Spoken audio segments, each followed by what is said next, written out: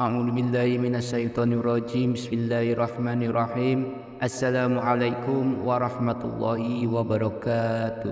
Saudaraku seiman yang dimuliakan Allah Subhanahu wa taala, diriwayatkan dari Abu Hurairah radhiyallahu anhu, dia berkata, Rasulullah shallallahu alaihi wasallam mengutus 10 mata-mata yang dipimpin oleh Asim bin Sabit al-Ansyari. Beliau ini kakek dari Asim bin al-Khattab. Ketika mereka tiba di daerah Hudah, yaitu antara As-Safan dan Mekkah, mereka berhenti di sebuah kampung suku Hudail yang biasa disebut sebagai Bani Luhayan. Ketika Bani Luhayan tahu bahwa mata-mata Rasulullah telah berhenti di kampungnya, kemudian Bani Luhayan ini mengirim sekitar 100 orang ahli panah untuk mengejar para mata-mata Rasulullah tersebut. Saat pengejaran, mereka berhasil menemukan sisa makanan berupa biji kurma yang mereka makan di tempat istirahat itu. Mereka berkata, ini adalah biji kurma Madinah, kita harus mengikuti jejak mereka. Saat Asim merasa rombongannya diikuti oleh Bani Luhayan, kemudian mereka berlindung di sebuah kebun. Namun Bani Luhayan menemukan persembunyian mereka, maka Bani Luhayan berseru, keluar dan menyerahlah, kami akan membuat perjanjian dan tidak akan membunuh salah seorang di antara kalian. Asim bin Sabit berkata, aku tidak akan menyerahkan diri kepada orang kafir. Kemudian Asim memanjatkan doa, ya Allah, beritakan kondisi kami ini kepada Nabi-Mu Shallallahu alaihi wasallam. Kemudian rombongan Bani Luhayan melempari utusan Rasulullah yang bersembunyi itu dengan tombak, sehingga 7 orang di antaranya terbunuh, termasuk Asim bin Sabit.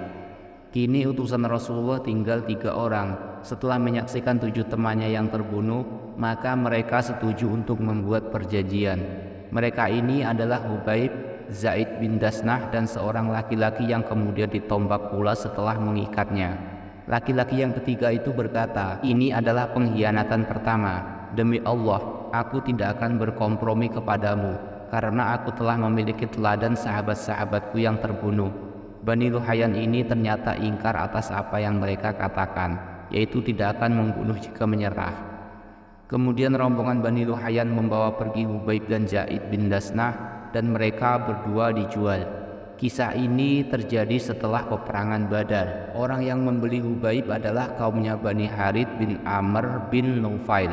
Karena Hubaib adalah orang yang membunuh Al-Harith bin Amr pada peperangan Badar, ini Hubaib menjadi tawanan Bani Al-Harith yang telah bersepakat untuk membunuhnya. Pada suatu hari, Hubaib meminjam pisau silet dari salah seseorang anak perempuan Al-Harith untuk mencukur kumisnya, dan perempuan itu pun meminjaminya. Tiba-tiba anak laki-laki dari perempuan itu mendekati Hubaib, bahkan duduk di pangkuannya tanpa sepengetahuan ibunya. Sementara tangan kanan Hubaib memegang silet.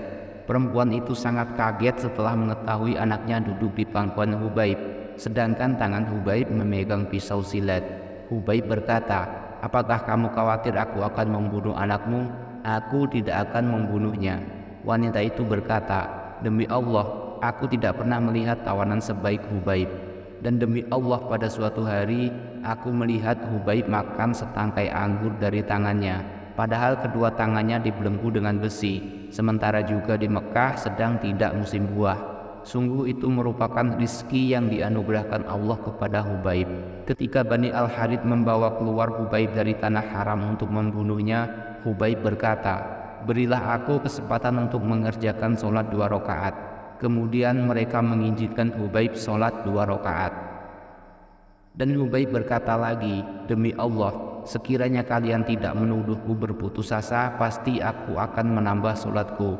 Lalu Hubaib memanjatkan doa, ya Allah, susutkanlah jumlah bilangan mereka, musnahkanlah mereka, sehingga tidak ada seorang pun dari keturunannya yang hidup.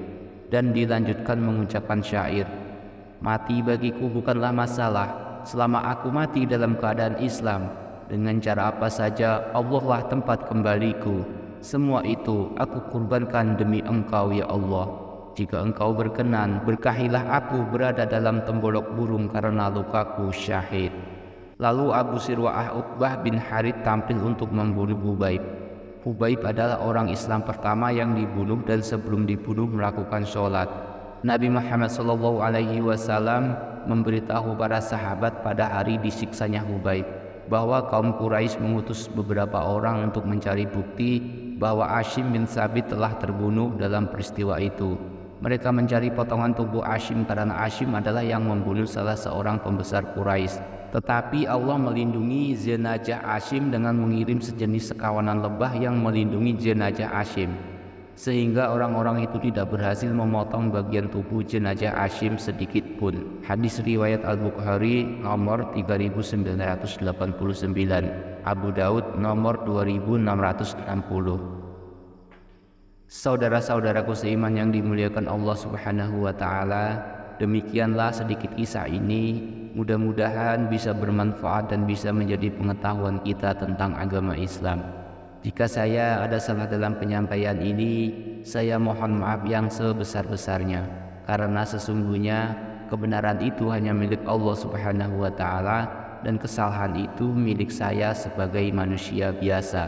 Saya akhiri, subhanaka Allahumma wa bihamdika asyhadu an la ilaha illa anta astaghfiruka wa atubu ilaik.